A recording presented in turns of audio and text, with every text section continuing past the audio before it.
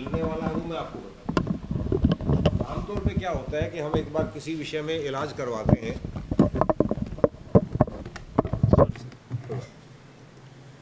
किसी बीमारी का इलाज करवाते हैं, कुछ दिन तो वो पर्ची हमारे पास रखी रहती है, उसके बाद वो स्लिप गुम हो जाती है। जाहिर तौर से बात है, कब तक उसको संभाल कर रखेंगे। और उसके बाद साल 6 महीने बाद कभी आप जाते हैं तो डॉक्टर पूछता है जी आपको कोई पेंसिलिन का टीका पहले लगा था क्या? नहीं याद जी। या इससे पहले किस चीज़ का इलाज हुआ था? नहीं याद जी।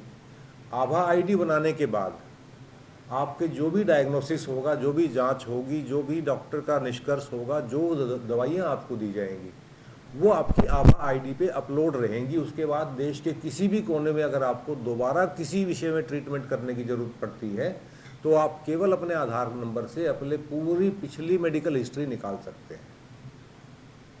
उसके लिए अतिरिक्त कागज़ आपको लेकर के घूमते फिरने की ज़रूरत नहीं है। ये इसलिए भी लाभदायक है कि आपको अगर कोई टेलीमेडिसिन, जो कि आजकल बड़ी संख्या में, बड़ी मात्रा में आ गई है, टेलीमेडिसिन से भी कंसल्ट करना है तो आपका बहुत लंबा समय बचता है डॉक्टर को पूरा एक्सप्लेन करने में। आप केवल अपना आभा आईडी बता दें और वो आपको इमीडिएटली देख के बता देगा कि ठीक है आपका ये ट्रीटमेंट हुआ था, ये ट्रीटमेंट अब आपके होने बाकी है। तो 17 सितंबर से जो हमारा कार्यक्रम शुरू होगा वो होगा आयुष्मान आपके द्वार। दूसरे सप्ताह में टीबी, लेप्रोसी और अन्य कम्युनिकेबल डिजीज़ के जांच की जाएगी। तीसरे सप्ताह में मैटरनिटी एंड चाइल्ड हेल्थ और न्यूट्रिशन, इस पे जोर दिया जाएगा। आपकी जानकारी के लिए बता दूं कि हमारे ज़िले में लगभग 27 बच्चे ऐसे थे जो सैम कैटेगरी में आते थे, सिवियरली माल नरिश्ड। उसमें से लगभग 23 बच्चों का ट्रीटमेंट हो चुका है, वो नॉर्मल हेल्थ में आ चुके हैं। और उसके लिए मैं ज़िले के काफ़ी अधिकारियों का आभारी हूँ कि हमने एक एक अधिकारी ने उस एक एक बच्चे को अडॉप्ट किया। उसमें भी सबसे बड़ी बाधा ये थी क्योंकि वो माल नरिश्ड जो है, अंडर नरिश्ड इसीलिए हैं कि वो गरीब घर से हैं, उनके पास नहीं है अच्छा कुछ खिलाने को। और उसी का दूसरा नुकसान ये था कि जो मेडिकल ट्रीटमेंट के लिए हॉस्पिटल ले जाना होता है उस वक्त या तो व्यवस्था नहीं होती थी या माँ बाप कहीं न कहीं रोजगार के सिलसिले में गए होते थे। तो उन अधिकारियों ने स्वयं इंटरेस्ट लेकर के उनको टाइमली ट्रीटमेंट के लिए हॉस्पिटल पहुँचाया और उसका रिजल्ट ये है कि उनमें से लगभग 23 या 24 बच्चे जो है पूरी तरह ट्रीट हो चुके हैं। उसी प्रकार से मैम चिल्ड्रन है, मॉडरेटली अंडर नरिश्ड जो बच्चे बोलते हैं, उनकी संख्या भी काफ़ी बड़ी संख्या में हमारे सामने आई है। जो हमारे आंगनवाड़ी केंद्र हैं जहाँ पर नियमित तौर पर बच्चों की स्वास्थ्य जांच की जाती है, बेसिक स्वास्थ्य जांच, मैं ये नहीं कर रहा हूँ कि कोई डिटेल्ड एनालिसिस, जैसे हाइट, वेट, ग्रोथ वगैरह का जो जांच की जाती है वो अभी तक रजिस्टर के तौर पे वो आंगनवाड़ी की जो वर्कर थे वो अपने पास रखते थे। अब उसको भी ऑनलाइन कर दिया गया है। तो अभी हमारा जो स्वास्थ्य विभाग है वो चंडीगढ़ से बैठे बैठे सीएमओ अपने सिविल हॉस्पिटल के ऑफिस में बैठ करके ये पता लगा सकते हैं कि हमारी आंगनवाड़ियों में से किस आंगनवाड़ी में जो बच्चा है उसकी ग्रोथ या उसका जो शरीर का विकास है वो समुचित नहीं हो पा रहा है और उसी वक्त उसकी ट्रीटमेंट की व्यवस्था की जा सकती है। तो इस प्रकार से हेल्थ के विषय में हरियाणा सरकार ने ये जो दूरगामी प्रभाव वाले कदम उठाए हैं, प्रिवेंटिव एग्जामिनेशन का, आयुष्मान कार्ड का, चिरायु हरियाणा, निरोगी हरियाणा, इन सब के माध्यम से प्रयास ये है कि नंबर 1 तो कोई व्यक्ति बीमार ना हो। उसके लिए 2 कदम उठाए गए। भारत सरकार ने स्वच्छ भारत अभियान चलाया। स्वच्छ भारत अभियान के बाद से, ओपन डेफिकेशन बंद होने के बाद से जो इंटेस्टाइनल डिजीज़ थी, जो पाचन तंत्र से संबंधित बीमारियां थी, उसकी संख्या में बहुत कमी आई है। उसी प्रकार से जो हेल्थ सपोर्ट या न्यूट्रिशनल सपोर्ट का कार्यक्रम चलाया, योग दिवस का जो कार्यक्रम चलाया, अंतर्राष्ट्रीय योग दिवस और योगशालाएं जो बनाई हैं, अब चाहे उससे कम संख्या में लोग अभी तक प्रभावित हुए हों, लेकिन ये चीज़ देखने में बड़ी अच्छी लगती है कि तकरीबन पार्क्स में अगर आप सुबह जाओ तो काफ़ी लोग जो है अब योग का अभ्यास करते हुए दिखते हैं। तो उस प्रकार से प्रिवेंटिव के बाद फिर भी अगर कोई बीमार हो जाता है तो किसी व्यक्ति को लाचारी में हाथ ना फैलाना पड़े, कोई अपना घर का कोई टूम वगैरह जो है गहने ना रखनी पड़े, कोई ज़मीन ना बेचनी पड़ जाए, उसके लिए उन अंत्योदय परिवारों को आयुष्मान कार्ड की मदद से 5 लाख रुपए तक के ट्रीटमेंट की सुविधा दी गई है। इसी कड़ी को आगे बढ़ाते हुए अब सरकार ने निरोगी हरियाणा और चिरायु हरियाणा के जरिए और अधिक परिवारों को कवर करने की कोशिश की है, जिसमें 180 से 3 लाख तक की आय वर्ग के जो लोग हैं केवल 1500 रुपये का भुगतान करके मेडिकल इंश्योरेंस की, एक तरह से ये मेडिकल इंश्योरेंस ही है। जो हम आमतौर पे मेडिक्लेम या वो अन्य पॉलिसीज़ लेते हैं, ये बिल्कुल कैशलेस पॉलिसी है। आपको केवल उसका कार्ड दिखाना है।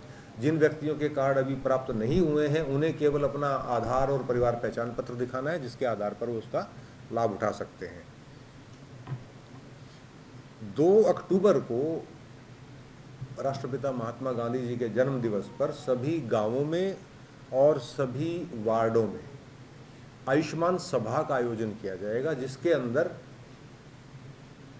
मुख्य कोशिश ये रहेगी कि सरकार की विभिन्न स्वास्थ्य संबंधी जो योजनाएं हैं उनके बारे में लोगों को जानकारी दी जाए और ये सुनिश्चित किया जाए कि वो लोग ये समझ पाएँ कि इसका लाभ लिया कैसे जाएगा। अब बहुत बड़ी संख्या में ये चीज़ भी नज़र में आई है, ध्यान में आया है लोग सरकार के, कि योजना बन जाती है, योजना के बारे में हम अखबार में जितना विस्तार से छाप सकते हैं छाप देते हैं, लेकिन फिर भी बड़ी संख्या में लोग उस योजना के बारे में जानकारी हासिल करने से वंचित रह जाते हैं, या जानकारी हो जाए तो उसका लाभ लेना कैसे है उसके बारे में वंचित रह जाते हैं। इसलिए 2 अक्टूबर की सभाओं में अन्य विभिन्न स्थानों पर, इसमें डॉक्टर साहब ने IMA के जो अन्य डॉक्टर्स हैं उनको भी एसोसिएट किया है। जहाँ तक कोशिश होगी पैरामेडिकल मेडिकल स्टाफ को भी हम भेजेंगे जो विस्तार से बता सके। उसके अलावा ये सभी योजनाएं स्वास्थ्य विभाग के पोर्टल पे या सरल हरियाणा के पोर्टल पे उपलब्ध है। तो जितने भी पढ़े लिखे नागरिक हैं जो मोबाइल फ़ोन का इंटरनेट का प्रयोग करते हैं, मैं आप लोगों के माध्यम से उनसे भी अनुरोध करूँगा कि अगर आपके मोहल्ले में, आपके वार्ड में, आपके गाँव में कोई ऐसा वंचित व्यक्ति है जो खुद पढ़ा लिखा नहीं है, तो कृपया करके उसकी हेल्प कर दें। उसकी जो आर्थिक स्थिति है, जो उसकी पारिवारिक स्थिति है, उसको ध्यान में रखते हुए अगर आप सरल हरियाणा पे सर्च करेंगे तो आपको निश्चित तौर पर कोई न कोई ऐसी योजना मिल जाएगी जिसके माध्यम से उस व्यक्ति की मदद की जा सकती है। इसके दौरान सामुदायिक स्वास्थ्य केंद्रों पर ब्लड डोनेशन कैंप भी लगाए जाएंगे, जिसे लोग बड़ी संख्या में आगे आएं और ब्लड डोनेशन करें। रक्तदान महादान कहा गया है। इसके साथ ही लोगों में अंगदान के बारे में भी जागृति फैलाई जाएगी। मैं एक छोटा सा उदाहरण आपसे शेयर करना चाहूँगा। नाम तो मुझे उस व्यक्ति का स्वयं भी नहीं ध्यान, लेकिन एक कोई बहुत बड़े बिलियनियर हुए थे, अब भी शायद जीवित हैं। उन्होंने एक बार घोषणा की कि भाई मैं जो है मरने के बाद स्वर्ग में भी या अगले जन्म में भी अपनी BMW कार चलाना चाहता हूँ। तो जो जगह मेरे शव को दफनाने के लिए निश्चित है उसके बगल में मैं अपनी कार दफनाऊंगा। लोग बड़े हैरान हुए कि ये क्या कर रहा है, पढ़ा लिखा आदमी है। और वो पल तक आ गया जब फाइनली जिस दिन उसने वो खड़ा वड़ा खोद कर कार तैयार कर ली। बहुत से लोगों ने उसको कहा क्या बेवकूफ़ आदमी है तो ये कार कैसे तुझे आगे कैसे मिल जाएगी। तो अब उसने कहा, बोला कि मेरा लक्ष्य जो है उस कार को दफनाने का नहीं था, मेरा लक्ष्य ये बताने का था कि तुम लोग सारे इस छोटी सी कार के बारे में चिंतित हो। ये तो अगर गल गई तो दोबारा फैक्ट्री में बन सकती है, लेकिन हम अपने शरीर के साथ कितने बहुमूल्य अंग जो है वो अपने साथ ले जाते हैं जो फैक्ट्री में नहीं बन सकते, जो किसी अन्य व्यक्ति की जान बचा सकते थे, जिसको अंग दान करके आप किसी के जीवन की रक्षा कर सकते थे। तो इस माध्यम से मैं आप लोगों के माध्यम से भी अनुरोध करूँगा कि ज़्यादा से ज़्यादा लोगों को, वो एक वो नारा भी था ना कि जीते जी रक्तदान, मृत्यु के बाद नेत्रदान, अंगदान। तो अंगदान के बारे में भी प्लज कैसे करनी है, कैसे उसके बारे में आपने फॉर्म भरना है, उसके बारे में जानकारी दी जाएगी। और मैं पूरा विश्वास रखता हूँ कि आप लोगों की अवेयरनेस से, हेल्थ डिपार्टमेंट और अन्य विभागों की अवेयरनेस से, ये जो 4 सप्ताह का कार्यक्रम है, 3 सप्ताह का 2 अक्टूबर तक का, इसमें ज़्यादा से ज़्यादा संख्या में लोगों को मेडिकल हेल्थ संबंधित योजनाओं का लाभ मिलेगा, जांच का अवसर मिलेगा, कार्ड प्राप्त करने का अवसर मिलेगा, अन्य योजनाओं के बारे में जानकारी मिलेगी। तो मेरी तरफ से आज केवल इतनी ब्रीफिंग है। आप लोगों के कोई प्रश्न है तो I will be more than happy to try and answer. तो हॉस्पिटल्स में है, जो पैनल हॉस्पिटल हैं उनमें है। अब ये मेरी अभी जानकारी में नहीं है कि शायद कोई दिल्ली के कुछ हॉस्पिटल्स पैनल पे है या नहीं है। दिल्ली के भी हैं, तो उन हॉस्पिटल्स में वो कर सकते हैं। सर इसके अंदर एक बड़ा लूप होल ये है जी कि जो आयुष्मान में ट्रीटमेंट की जो लिस्ट है और आदमी कई बार एडमिट हो जाता है किसी प्राइवेट हॉस्पिटल में और उसके बाद उसको बिल दे दिया जाता है, कहता है कि ये बीमारी तो इस आयुष्मान में है ही, कवर ही नहीं है। ऐसा तो नहीं है, हुआ है और एग्जाम्पल है। चलो अच्छा, तो आप मेरे संज्ञान में लाए हैं, इसके बारे में मैं जांच भी करूंगा। हाँ, इसमें सिर्फ एक चीज़ मैं ज़रूर कह दूंगा कि जो होम मेडिकेशन है वो इसमें कवर्ड नहीं है। एडमिशन और हॉस्पिटलाइजेशन का खर्च इसमें कवर्ड है। आफ्टर मतलब हॉस्पिटलाइजेशन के बाद जो उसको बिल थमाया गया 12,000 रुपए का, उसकी पोजीशन नहीं थी 12,000 पर, जैसे तैसे करके उसने पे किया, फिर मेरे से कोई ना, आप मुझे हमारे पास भिजवाएं। अगर किसी ने गलत चार्ज किया तो उसको रिफंड करवाया जाएगा और उसके खिलाफ कार्रवाई भी करेंगे। ऐसे व्यक्ति के खिलाफ निश्चित तौर पर करेंगे। हाँ जी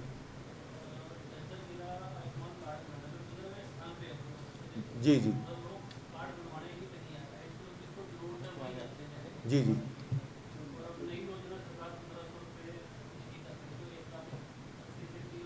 हाँ हाँ,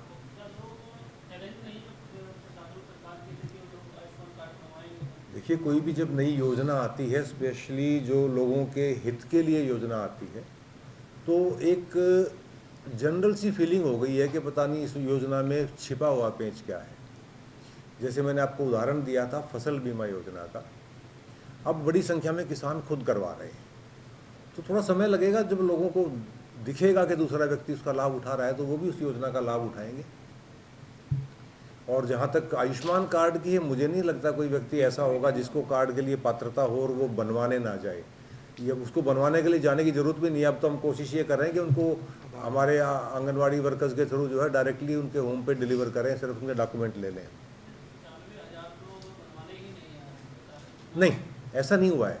मैं बता दूँ आपको, जो सेंट्रल एजेंसी कार्ड्स प्रिंट कर रही है ना, उनके पास बल्क में एकदम से इतनी बड़ी संख्या में डाटा पहुंच गया कि वो प्रिंट होने में समय लग रहा है, साथ के साथ हम डिस्ट्रीब्यूट कर रहे हैं। हो सकता है कुछ संख्या ऐसी होगी, हाँ वो निकाल सकते हैं, निकाल सकते हैं। हाँ वो हाँ कार्ड नहीं बनेगा, वो पेपर फॉर्म आ जाएगा, वो कर सकते हैं।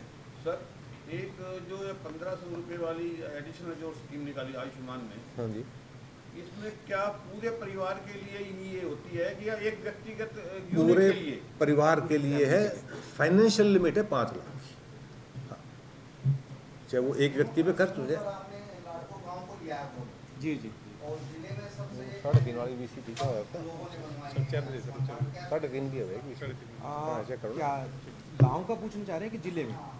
जिले में आपने लाडको गांव को वोट किया था। हाँ जी, हाँ हाँ, और सबसे कम उस गांव के लोग बनवाए नहीं रहे थे। नहीं अब तो बन गया जी। हमारे वहाँ पे लगभग 90% लोगों के कार्ड, हाँ 90% लोगों के लाडपुर गांव में कार्ड बन गए।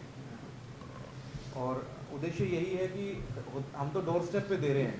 कई बार ऐसा होता है कोई व्यक्ति वहाँ रह नहीं रहा है, उस दिन उपलब्ध नहीं हुआ। हमने 5-6 ऐसे कैंप किए हैं। ऐसे सर ने माजरी गांव को अडॉप्ट किया, सर के उसमें अडॉप्टेड विलेज में भी हमने करवाए हैं। इसी प्रकार से सब लोग उपस्थित हो नहीं पाते कैंप के अंदर, इसीलिए बार बार रिपीटेड कैंप करवा रहे हैं। ये जो अभी भी लगातार रहेंगे, अगले 15-20 दिनों में कैंप रहेंगे, उनका उद्देश्य यही है कि हम आखिरी व्यक्ति तक पहुंचे। अंत्योदय की जो स्कीम है कि हम आखिरी व्यक्ति तक वो सेवाएं दे पाएं जो उसके लिए लाभार्थी हैं।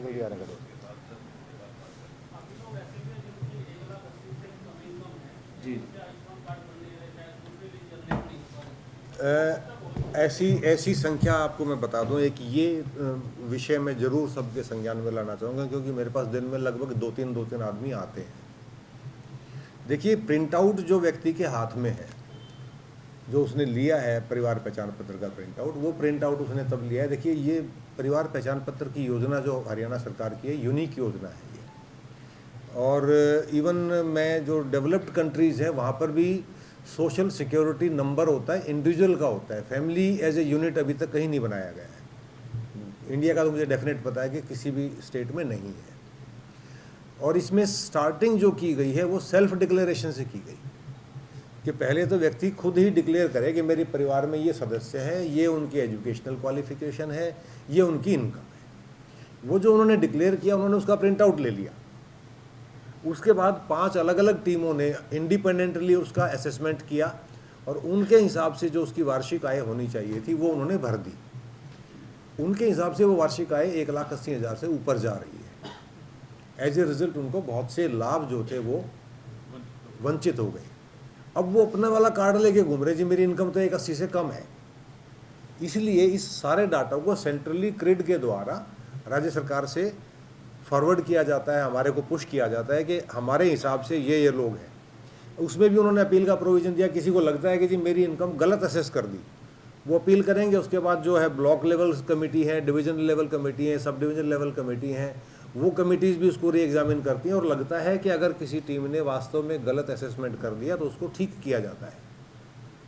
तो इस प्रकार से जो कुछ ऐसे व्यक्ति हमें देखने में लगता होगा कि बिल्कुल जेन्युइन केस है, इसके हाथ में जो कार्ड उसमें तो इसकी इनकम ही 25,000 रुपये है, लेकिन वो इनकम है जो उसने सेल्फ डिक्लेरेशन में दी थी। अब उसके अंदर लोग शायद जो इसको कोई स्कॉलरशिप मिलता है वो मेंशन नहीं किया, किसी को कोई और सब्सिडी मिलती है वो मेंशन नहीं की। तो जो भी उसकी आय के स्रोत हैं, इसके अलावा एक और फिल्टर लगाए गए उसके अंदर कि जो व्यक्ति वर्ष भर में 12,000 से ज़्यादा रुपए का बिजली का बिल देता है, उसका एक स्टैंडर्ड क्राइटेरिया है कि उसकी इनकम जो है कम से कम उससे 15 गुना ज़्यादा है। अपने टोटल आय का 6 से 7% है वो जो बिजली पे खर्च किया जाता है। तो जो 15,000 का बिल दे रहा है, नेचुरली उसकी इनकम जो है 1.5-2 से तो ऊपर ही है उसकी इनकम। अब उसमें भी लोग कहते हैं जी हमारा तो कोई काम तो है नहीं। भी नहीं काम है तो फिर 15,000 रुपये का बिल किस चीज़ का आ रहा है? उसमें भी एग्जम्पशन दी है सरकार ने कि अगर लगता है कि किसी विशेष कारण से उसका बिल आ रहा है, जैसे कि घर में कोई व्यक्ति वेंटिलेटर पर है या कोई ऐसे ट्रीटमेंट पर है जिसको बार बार ऑक्सीजन जनरेटर की ज़रूरत पड़ती है, तो वो अपना विशेष कारण बता करके एग्जम्पशन ले सकता है उसके अंदर। तो योजना में ट्रांसपेरेंसी लाने की पूरी कोशिश की गई है, लेकिन जब भी कोई नई चीज़ इंट्रोड्यूस होती है तो आप समझ सकते हैं शुरुआती रुकावटें, मुसीबतें थोड़ी सी आती हैं, खामियां आती हैं, उनको साथ की साथ ठीक किया जा रहा है। तो केवल उसके हाथ में प्रिंटेड परिवार पहचान पत्र की आमदनी पे ना जाएं, जो वेरीफाइड है आप उसको पंच करके देखेंगे तो उसमें दिख जाएगा कि एक्चुअली इसकी इनकम क्या असेस हुई है।